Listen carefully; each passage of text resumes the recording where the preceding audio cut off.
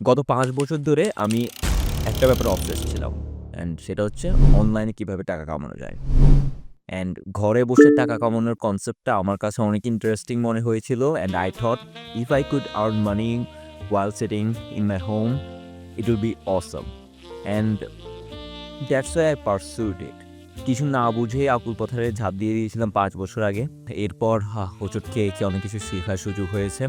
Well, অনলাইনে যদি আপনাকে টাকা কামাতে হয়, আপনাকে কিছু না কিছু বিক্রি করতে হবে।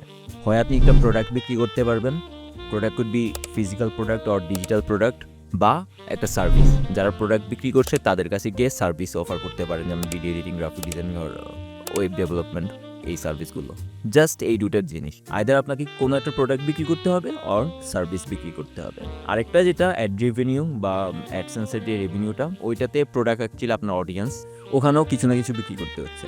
কারেন্ট ওয়ার্ল্ডে যারা মিলিনিয়ার বিলিয়নিয়ার আছে তাদের ম্যাক্সিমামই অনলাইন বা ইন্টারনেটের সাথে রিলেটেড। অ্যান্ড টপ 10 বিলিয়নিয়ারের লিস্ট যদি দেখেন, প্রথম সারির 4-5 জন সবাই internet billionaire or .com billionaire. এটা ইন্ডাস্ট্রি, এটা গ্রোয়িং ইন্ডাস্ট্রি। আই গেস এখানে অনেক ফিউচার আছে। আর বাংলাদেশের মতো দেশ, যেখানে অ্যাকচুয়ালি আমরা আমাদের অন্য ফ্যাসিলিটিসগুলো কম, ইনফ্রাস্ট্রাকচার কম, আমাদের সুযোগ কম ইন্ডাস্ট্রি অন্য দেশগুলোর সাথে কম্পিট করার, সেখানে অনলাইন ইন্ডাস্ট্রিটাতে আই গেস আমরা কম্পিট করতে পারি অন্য যে কোনো দেশের সাথে।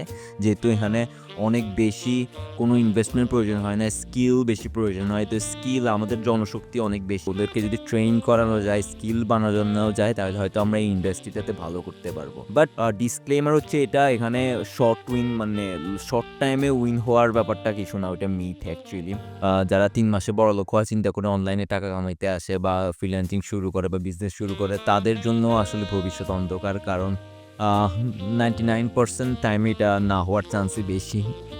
1% টাইমে হয়তো আপনি লাকি হইলে, আপনার পোস্ট ভাইরাল হয়ে গেলে বা সামহাউ কারো অ্যাটেনশন পেয়ে গেলে আপনি হয়তো ওভারনাইট সাকসেস পেয়ে যেতে পারেন। বাট বেশিরভাগ ক্ষেত্রেই হবে যেটা দেখা যাবে, আপনাকে অনেক বছর ধরে স্কিল অ্যান্ড এক্সপার্টিস ডেভেলপ করতে হবে, দেন আপনি হয়তো অনলাইনে একটা রেপুটেশন ক্রিয়েট করতে পারবেন, ইভেনচুয়ালি টাকাও কামাইতে পারবেন। আমি তো এই ইন্ডাস্ট্রিটাতে আছি, ইনফ্যাক্ট আমার ফিউচার প্ল্যানও এই ইন্ডাস্ট্রি রিলেটেড।